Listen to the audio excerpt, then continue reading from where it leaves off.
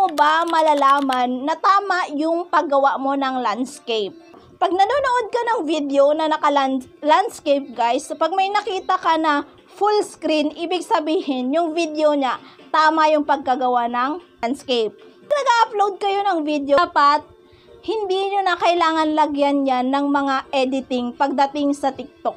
Kung ano lang yung na-edit mo doon sa video na in-upload mo, yun na lang yun. Huwag ka na maglagay ng letter sa taas, letter sa baba, caption. Huwag na kayong maglagay ng mga caption na hindi kasama doon sa video nyo na ni-landscape. Kasi once na nilagyan nyo na ng caption yan, hindi na yan siya landscape.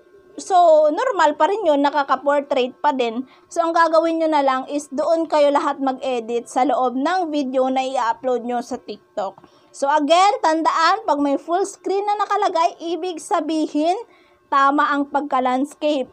Pero pag wala, ibig sabihin may mali. So, ganun lang naman ang mali eh, yung caption lang na nilalagay nyo dyan sa labas. Kung gustuhan nyo, don't forget na mag-heart, mag-follow kayo para sa more tips pa natin na i-share dito sa ating account. Once again, this is Jay and your friendly Pinay. So, see you in my next video. Bye!